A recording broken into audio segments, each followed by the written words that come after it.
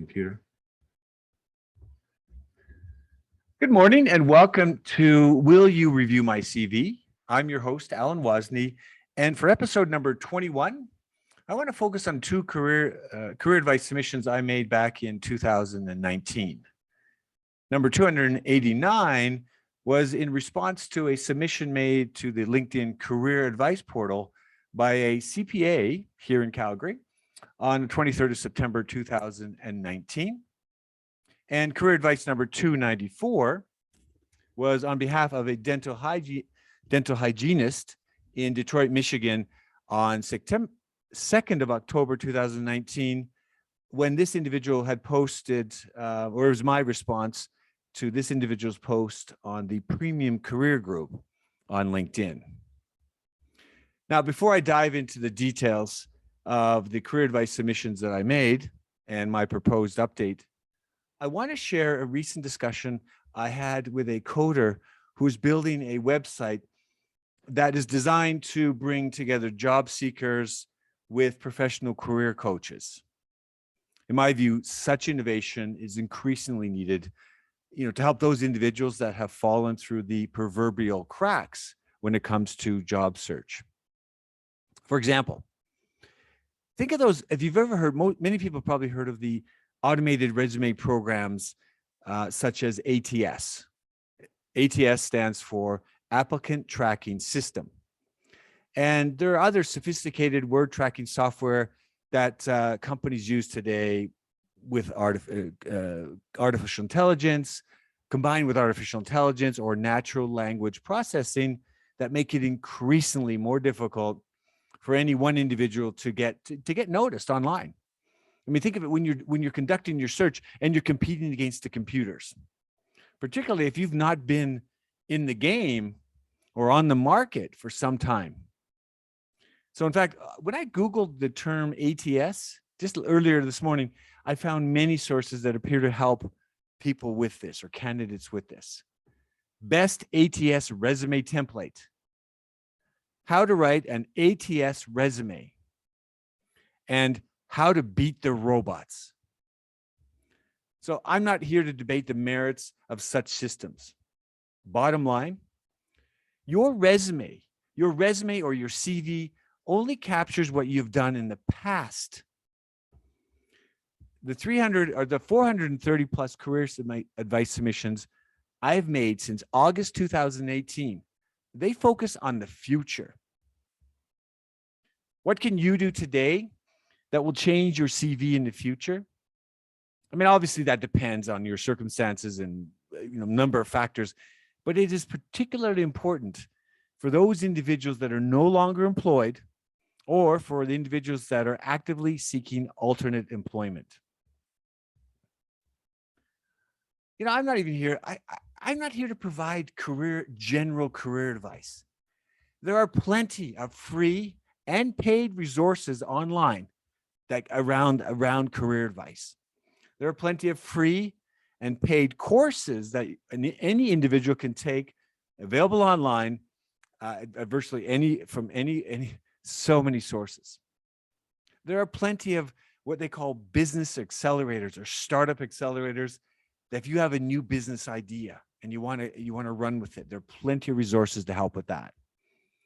There are plenty of resources available to help an individual pivot into a new career, such as micro certification programs. They range from 6 months to 2 years. And you can go to local colleges, local universities, local private organizations, and many government agencies. It is likely that similar programs, I mean, I know here in Calgary, there are plenty, but there probably exist across other cities across Canada, across North America, into Europe, and certainly around the globe. I should say that I've had several guests on my podcast, the Calgary Business Podcast, that focus on such areas. Government agencies, accelerators, self-employment programs. Feel free to reach out to me separately after this podcast or after this episode, and I'll share the links with such individuals or their organizations. Or you can find my podcast on any one of the major podcast channels: Apple, Spotify, iHeartRadio, Amazon Music, and Stitcher. Just know that you'll have to scroll through 328 episodes to find what you're looking for. I'll repeat this again. Virtually all of the 430 plus career advice submissions I've made since August 2018 have been very specific to an individual's education, their work experience, their hobbies, if I know about them from their LinkedIn profile, the city that they reside in, the country that they reside in, the region that they reside in, what sector they're working in, and any other extracurricular activities that they undertake, if it's available on their LinkedIn profile. Now, let me share my screen to focus on the two individuals that I responded to in the fall of 2019. All right. Let's go here. So this is episode 21, career advice number 289 and 294. Today's date, 27th of November. Career advice number 289. It's CPA here in Calgary, 23rd September 2019. The individual's name is Evidence Mushaninga. If I get that wrong, I apologize. Evidence had posted in the LinkedIn Career Advice portal, which I used for quite a while, for almost a year and a half, and I don't think it's available anymore. At least it was not available to me.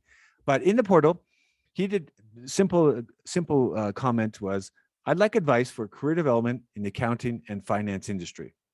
If anyone knows, that's my career. I'm a Calgary native, Alberta CPA, CPA Canada, CPA Alberta, formerly chartered accountant, and so I know this. I know this very well, but I don't work in it these days as much as I used to. Certainly not working for one of the big four, which Evidence does. But so he got his designation in 2019, the CPA designation, and he had a Bachelor of Science with a major in accounting in 2018. He's worked for, actually, it was kind of impressive because he worked 2 summers as an intern, as an accounting intern. And I remember when I was at University of Calgary and we looked for those intern jobs, and just weren't. I never got a summer job working as an intern. It wasn't quite the thing. It was really hard to get. So I just worked odd jobs in the summer. So Evidence had worked 2 years as an intern with I think one of the big four, and then he's been a staff accountant for 3 years. So I've been in his shoes. I know what it's like. A little bit different in automation and so forth these days. But so let's look further. What did I write to Evidence in response to I want career advice in the accounting and finance profession? I looked at where he is. He's in Canada. I looked at innovation. I gave examples of innovative companies across Canada, startups, So I'll go back to that. So the innovation, I gave him some examples of venture capital companies across Canada. AngelList, which is my go-to favorite, has been, and AngelList is just getting better. I mean, just getting better it's been 3 years now, and it's really gotten improved, and the user experience, the UI UX of AngelList is better, and it works in so many ways.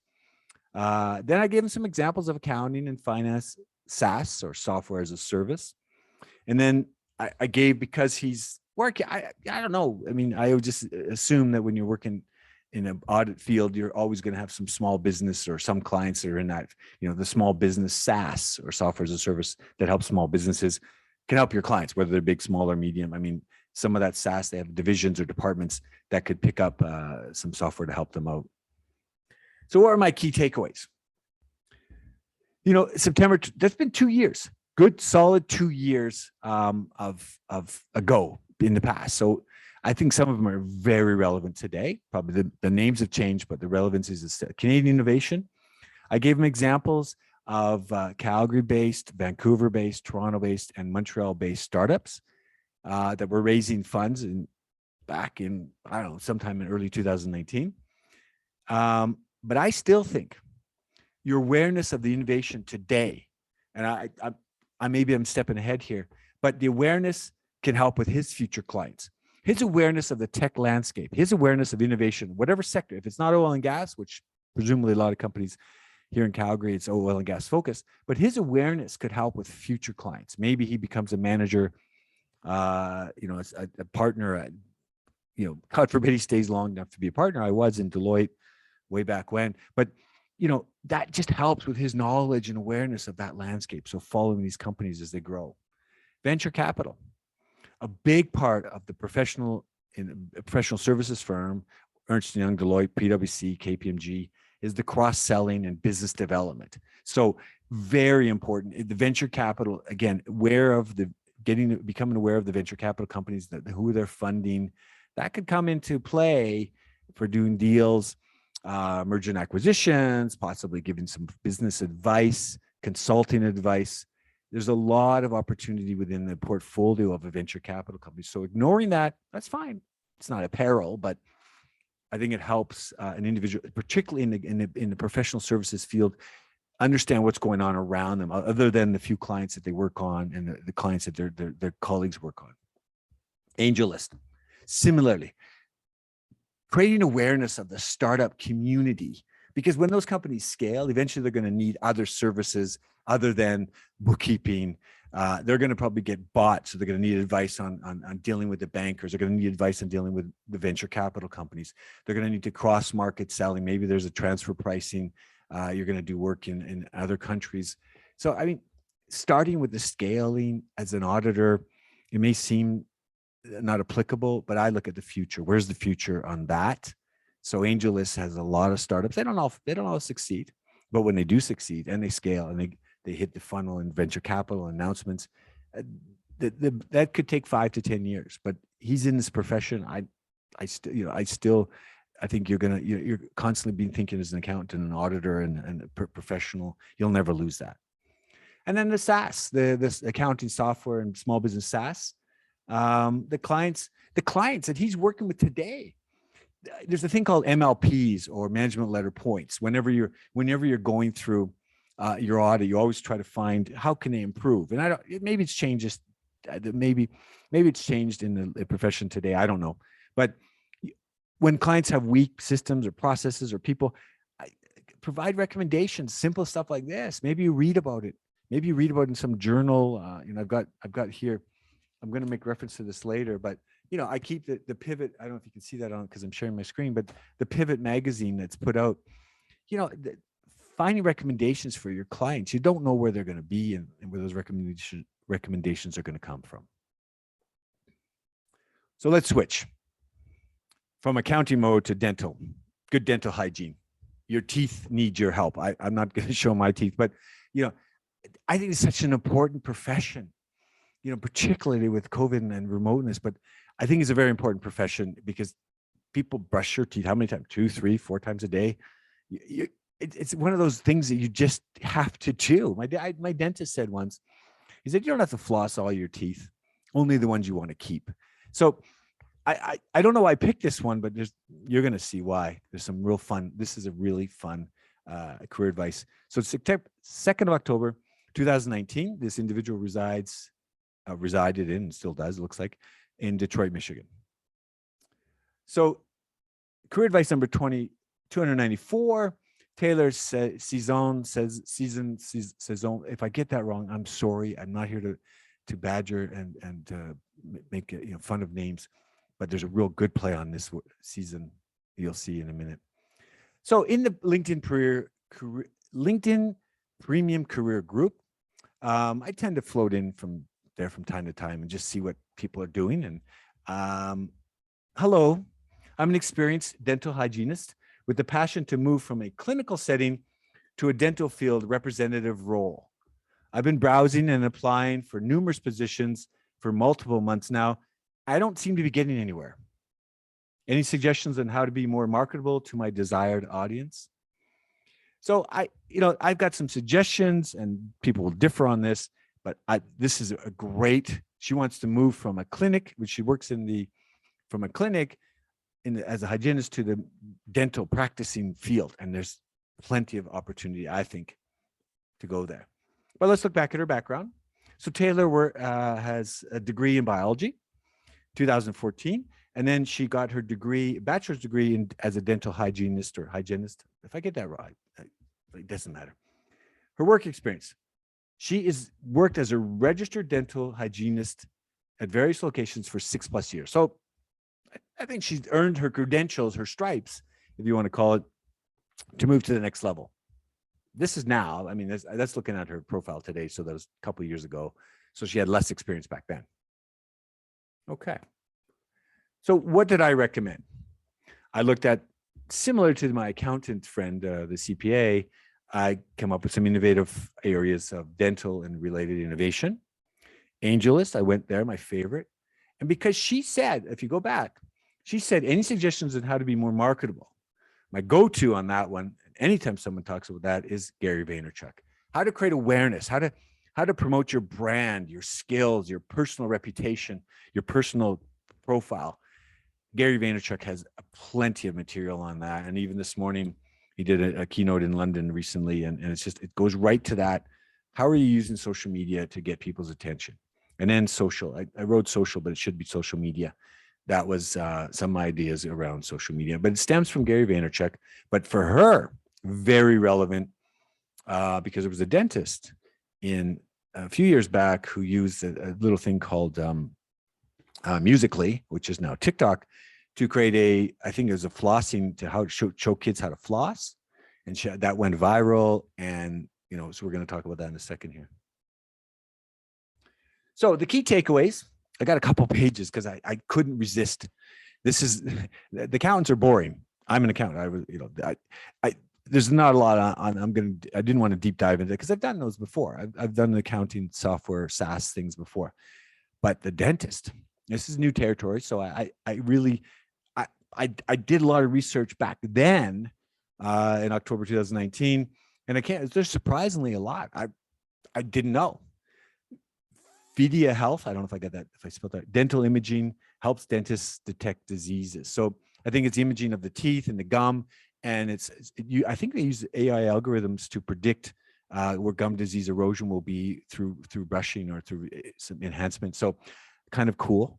Planet DDS and CareStack, dental practice management software. So if you're a self-practitioner, which she wants to go into, this kind of software could be great if you got to be aware of it and you're talking to the dentist, say, hey, I take my 6 years of experience. Here's some software that I think is really cool. Legwork, marketing and patient engagement software for dentists. So again, the dentists are focused on the teeth. They might not understand. They might not have marketing to the people, email, newsletters, lists, marketing to their clients in the community. I mean, yeah, put some shine on those, a pearl or whatever. Pearl. Here's a pearl. AI-enabled computer vision for dental industry. So using computer vision, which is a trend these days. This was 2 years ago. And AI, of course, was just coming up, and AI is more prevalent these days. And I imagine the algorithms are even better. Dental monitoring, the company's called Dental Monitoring. It's a remote dental and orthodontic monitoring systems. I think it's this probably would have been good in COVID if you can remotely manage your clients through whatever video imaging and that they shared with you. That's probably what that is. So you can monitor your clients off remotely. Probably these probably I didn't deep dive into that. It didn't occur to me till now, but I imagine they did very well during COVID. And then Quip, D2C, direct to consumers, toothbrushes. So kind of like a Warby Parker with glasses, they're disrupting that, going right to the consumer. Subscription, get it a monthly. The dentist tells you got to change I don't know how often, every 2 to 3 months to change your toothbrush because of the bacteria and so build up. Why not have a subscription box with toothbrushes in it? Some other takeaways: outreach. This stems to the companies I mentioned for her. The companies I mentioned, follow them on social media, LinkedIn, Twitter, Facebook, wherever they are. Subscribe to their newsletter. Create awareness for your personal awareness of what they're doing. So that will help you later if you reach out to them Maybe you become their official representative in Michigan because you become such an expert on the DTC consumer toothbrushes, the direct-to-consumer toothbrush industry. I don't know. That's what she wants to do. She wants to get out and into the field and create awareness. That's one of the things. You just create awareness of what they're doing, and you find, as Gary Vaynerchuk says, you try to be relevant to them. Find out ways to inject yourself into their crime scene by being comments on social media. Maybe the newsletter, you post the newsletter to other people in the dental industry. I don't know. Angel list as above. Seek to find out. I know I gave a couple examples in Angel List of dental startups in Michigan, and I think that that can be a source of a great opportunity to find new dentists. They don't just sit in the dentist chair for their whole career. They're doing other things, and they're moving in the community, and they start their own practice, or they go joint venture with someone else. So Gary Vaynerchuk. So I mentioned it earlier. Dr. Chitra Durgam. She was a 45-year-old, at the time, she was a 45-year-old dentist that created unique videos on Musical.ly to become the cool dentist kids wanted to visit. So, TikTok's not for everybody, and I get that, but, flossing, kids floss, parents are trying to keep, the two things about social media that I've learned from Gary Vaynerchuk is, one, people are trying to entertain or educate.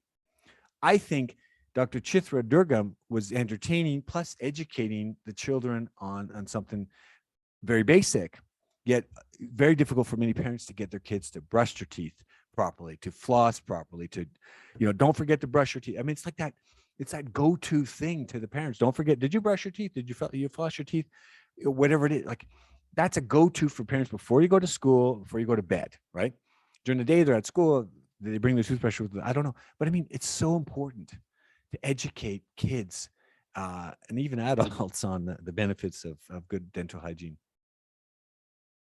So the social media, what did I say? And I've already said a few things about that, but create articles on LinkedIn. So there's the education part. There's the education. Write some dentistry articles. Call it the 4 seasons of good dental hygiene. Now, why seasons? That's her that's her last name. Play on words, seasons. But write about the history of bad teeth. Balzac was a famous French composer, writer, author. I don't know. I can't remember. But they always talked about how he had bad teeth. When was a toothbrush invented? Write an article about that. Why is baking soda good for your teeth? When is the first anesthetics used? Imagine getting your tooth pulled without anesthesia, without anesthesia next to holding your hand.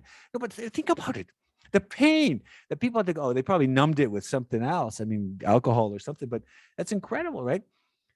And then maybe she could go back to some of her past clients, and I've seen some volunteer work in the clinics and show some before and after photos of the good dental hygiene, maybe some before and after of bad dental hygiene.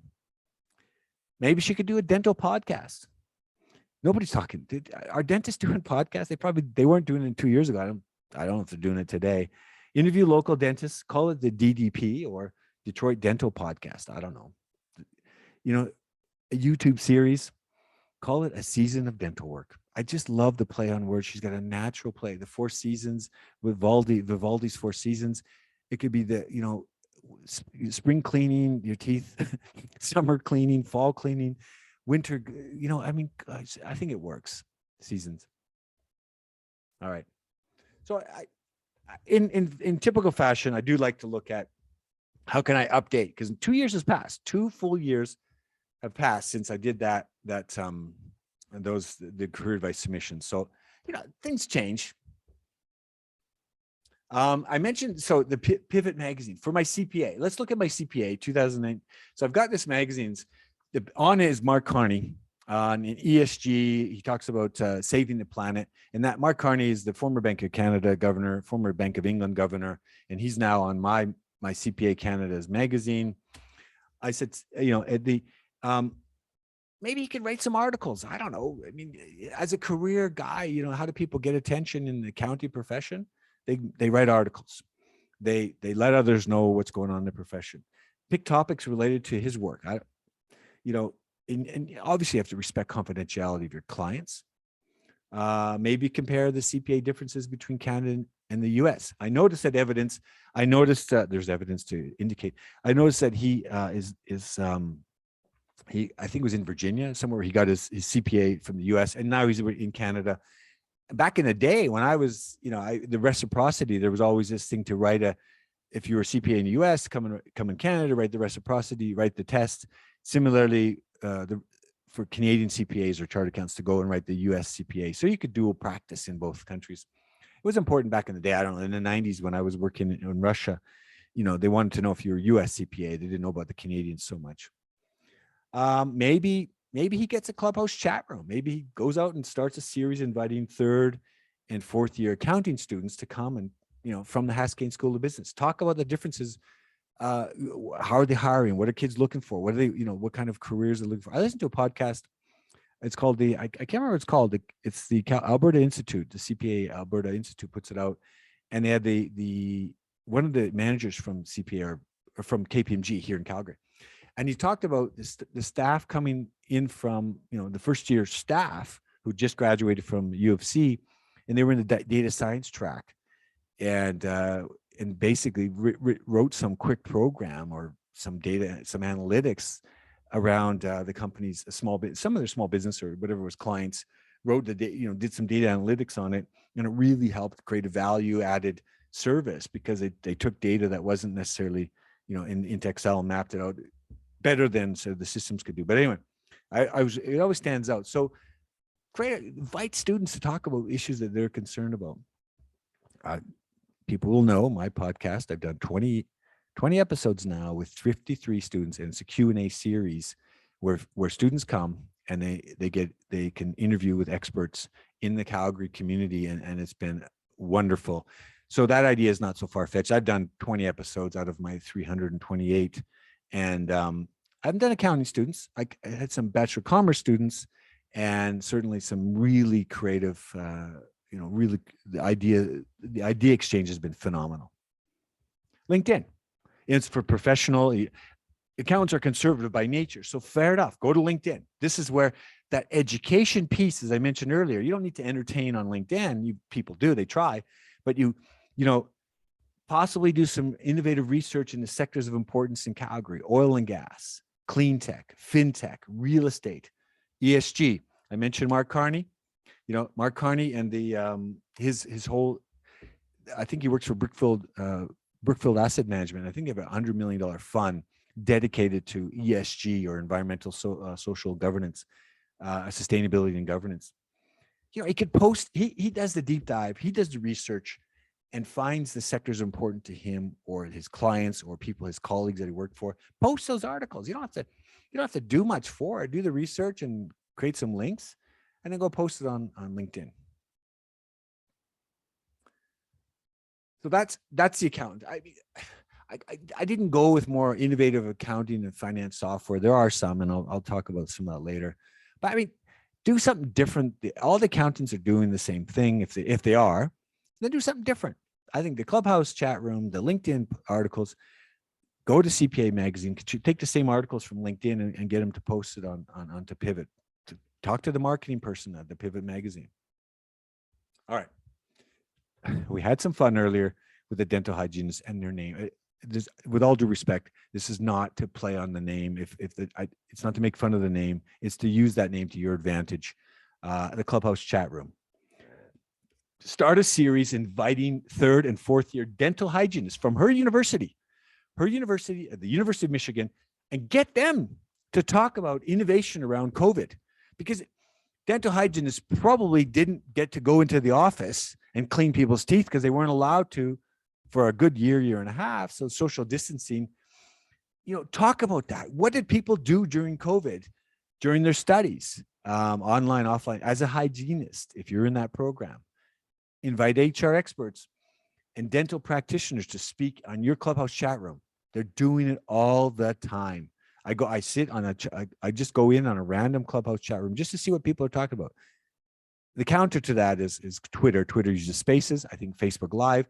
You can run whatever it is that's comfortable for you, but getting people to talk in a Q&A series, you're helping them and they're helping you because they'll get focused on you. TikTok. I know TikTok's not for everyone, but find a way to get attention like Dr. Chithra did.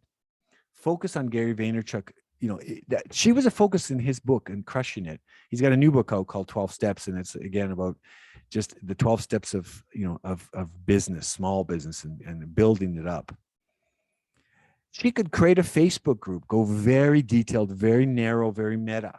Start the Detroit Dental Drop, post findings from the Clubhouse chat. She can cross post. If she does the podcast, she could hype up the season 4 finale, removing the braces, on Facebook. I just love it. The season 4, season 8, whatever season she's going, is just wonderful play on words. But it's back to the dentals, removing the braces, right? That she could do a whole series on braces. How many, month 1, month 2, get kids in talking about their braces, right? Go do it on TikTok. Maybe not making fun of them, just talking. They don't have to be visual. Just do it on the podcast. Do it on, getting people talking about those things is more important. Maybe they don't want to see the visual. I don't know. I just think there's so much opportunity. The season 4 finale, oh God, I'm sorry. I love it. So this has been, I want to end here. I want to end the presentation and just summarize now, but let's stop sharing the screen. Okay. And I want to go back to my, okay. I want to conclude and just summarize some of this, the recent innovation. In many of my past episodes, and those who follow me or have, some of my career advice that I posted on LinkedIn is I've updated the career advice, and I like this part of it because you research the current, I can go back and revisit this and look at some current trends. And I look at the innovation. I tend to go to the venture capital funding announcements that are probably in the newsletters of Crunchbase, TechCrunch, VentureBeat, UK Tech News, it's called FinSMEs, which just focuses on financial and SMEs, small, medium enterprises. And I seek to find current examples of the relevant profession or industry sector.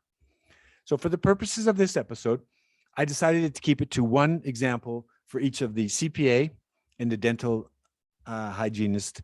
As I said, I was surprised from the dental hygienist the amount before. It was very easy to find one, and I'll go to that here. So for the 3rd of November, I didn't have to go far because I keep all these newsletters, these venture capital funding news. I keep it in my email on Yahoo. And so the 3rd of November, FinSME newsletter, there's a company called Right Rev, a Santa Clara-based California company. It's cloud-powered finance and accounting software solutions provider for revenue recognition. So for those of you who aren't accountants, revenue recognition it's forever been I think I was my examinations, my chart account or my CPA examinations way back when, I'm sure there was a question around revenue recognition. And today's software, it's huge. Some of these it's a huge part of business, because when people give things for free, or they, when to recognize revenue, and if it's over many years or many months. So it's very important. I think this is, and what really stood out for me was the funding announcement indicates that the Right Rev software is embedded. It's embedded within the Salesforce platform. So I can only imagine how many enterprise customers, how many businesses they can access with this software. I mean, they raised $5 million. Okay, so it's a good start. But if they're affiliated with Salesforce, think about it. There are companies that only focus on just helping betting or bolting on to Salesforce. After all, Salesforce, for those of you who don't know, just earlier this year, they paid $27.7 billion, not million, $27.7 billion for a company called Slack. Now, Slack is a popular business communication tool. I have it on my phone. I've been on Slack for a few years. It is, it's just taking those partnerships to the next level. So I'll have a link to that article in my in the episode notes. So now turn to the hygienist. I did find a few nuggets for her last time. I want to play on words on that one, but there's a company. So September 29th, I went to the FinSME newsletter for dental. I just typed in dental and it came up very quickly. And the company's called Member SY. It's an Austin, Texas-based digital health company enabling access to quality dental care through subscription-based dentistry. And they raised $66 million just in September. They announced it anyway. What stood out for me is the funding announcement indicates they are seeking to provide dental service organizations. So I guess these groups of dental companies are, I guess, franchises or, where they bound together dental common dentistry. So that there's to be dentist, the dental hygienist, and support staff around that. And so they're going to provide DSOs, they're called, dental service organizations of all sizes with the tech, the marketing, and administration infrastructure to launch and grow a membership experience. So I got to imagine, they're just taking that community of dentists and lumping them together. I mean, 66 million, they've got attention of, that means they've got users. Dentists are using this platform. That kind of level, it's a signal to me that they've gotten attention of not only investors, or not only the dentists, but the investors. So that's another example for my dental hygienist. COVID. As many know, COVID impacted the businesses across the globe, not just in Canada, not just in North America, but across the globe. And many, many people were furloughed or laid off during the pandemic. Professional services, the individuals working in the firms like the Big Four, the accounting firms such as the CPA featured in this episode, likely they worked from home and they completed their client work remotely. But I'm not sure the same could be said for the work of the dental hygienist and her colleagues. I just don't know. I don't know. I wish I knew. So there's the education part. How do you educate people? What happened for those dental hygienists and dentists across the globe during the pandemic? The accounting profession. This is for me, it's dear to my heart. I basically cut my teeth or cut my teeth. See, that's the play on words for the hygienist, to cut your teeth in whatever profession. But I cut my teeth in the accounting profession. And in general, accounting professionals are slow to adopt change, or the wheels, the cogs, or whatever they're slow to change. But at the same time, professional services firms, they tend to be the thought leaders, or they have thought leaders within their organization in their global networks that they're thought leaders in just about every sector. I mean, think about it. Why is that? Because when innovative companies scale, remember I mentioned earlier, angel lists, startups, innovative, when they scale, they tend to require auditing services. When they scale, when they get big, they need audit services, they need accounting services, they need tax services, they need consulting services, they need due diligence, they need M&A or mergers and acquisition advice, they need capital markets going public, IPO, SPACs, whatever you want to call it, or other specialty services that such large firms, they tend to offer that within their global networks. And that, you've heard the term Big Four, I've mentioned it, but that also not to forget, there's also the next 8 or next 10. That's something, when I was overseas, that was something I was like the next 10, because in the UK and down in the US, some of those next 10 are quite large. Career advice versus job recommendation. From the very first career advice submission I made in August 2018, I resisted the temptation to provide links to potential job openings. I mean, there are many, many, many services, and I'm not even going to list them here.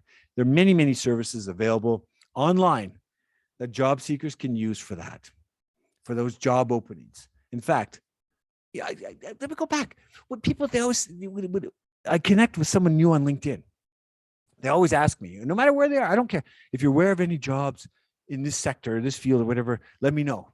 I mean, in fact, there's so many sources out there. I mean, what am I going to do? One individual. In fact, when it comes to job search, when I lost my job in October 2018, someone said to me once, no one is going to work harder on your job search than you. So think about that. I want to repeat that. No one is going to work harder on your job search than you. The other thing I don't do is I don't send referrals when people reach out to me and they're looking for work, or they're, and they ask me if I'll review your CV. That's why I started this episode. Will you review my CV? I don't send referrals within my network to job seekers that I come across on LinkedIn.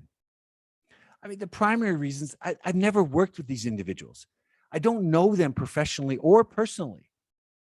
I've repeatedly said that my career advice recommendations are meant to provide tools to a job seeker that can help them over the long term in the future. And finally, imagine the difference between two candidates. One candidate that is aware of the latest innovation in their field, one that isn't. One candidate that has spent the last 12 months posting articles on LinkedIn or Medium, or the other candidate that hasn't. One candidate that has brought together business leaders in the community to talk about issues of importance in their profession, say on Facebook Live, Twitter Spaces, Clubhouse, or on YouTube, or the other candidate who hasn't done any of that. Imagine if you don't change your personal and professional habits over the next 12 months, and you simply continue doing the same thing as you've done for the past 12 years. Imagine further then how your candidacy will look to a prospective employer or an HR manager. I will let you think about that. Thanks for watching. Have a great day and stay safe.